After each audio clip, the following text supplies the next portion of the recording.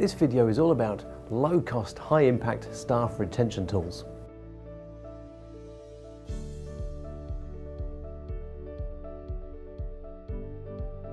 My advice is to get to know your staff outside of the office environment.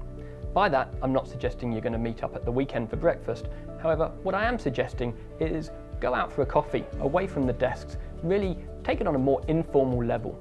You're far more likely to get the truth as to how they're feeling about their job, how they're feeling about the culture. Get to know their frustrations, get to know what they're struggling with, get to know how they're hitting their goals or their KPIs, and understand what learning or development is needed to really get the best out of your staff. And perhaps any ideas that they might have that could really contribute towards the better working of your team.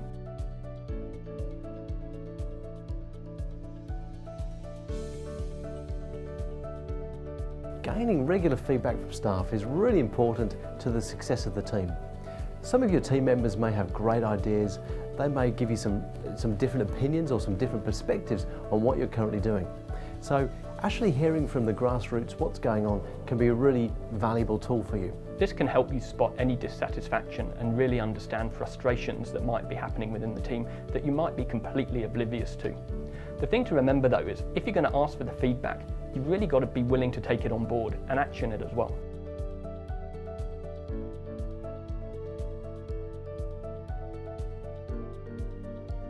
Recognition isn't just low cost, it's free. How hard is it to say, thanks for that great piece of work? You can do that in public, you can do that in private. But bear in mind, if you praise in public, you're more likely to drive the core values that you want the rest of the team to demonstrate, and generally people will really appreciate it and aspire to be like that person who you're heaping that praise on.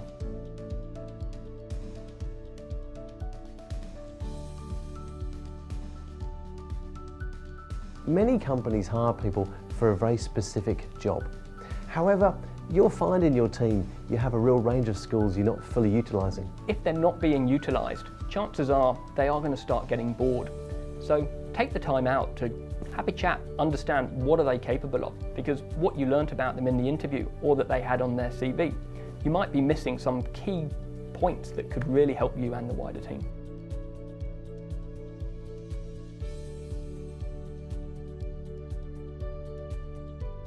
Promoting people internally is a really powerful thing to do. Not only does it send a message to the staff to say there is a career for me here at this employer, but secondly, you'll find that you've got a lot of great knowledge which your employees have picked up along the way. Utilise that knowledge, keep it in your teams and promote them into the positions that they are suitable for. A number of candidates that come to see us cite their reason for wanting to move as there is a lack of internal career progression opportunities. Now, if you have that person working in your team who's worked for you for a few years and has all that internal knowledge, surely it would be a better look for the rest of the team to see someone who's worked hard, getting promoted and progressing up the ranks, than going out and recruiting someone fresh who will have to learn the company, the industry, and potentially the role from scratch.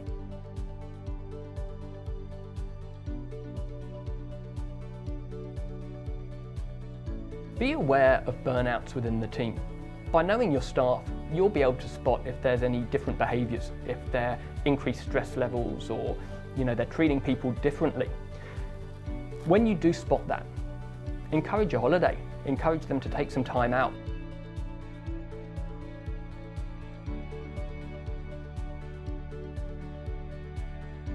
You want to maintain a healthy work-life balance. So there will be busy times and there will be quiet times, and it's worthwhile noticing those and making sure that when your staff, if they have worked hard and it's a quiet time, they're taking a bit of extra time off.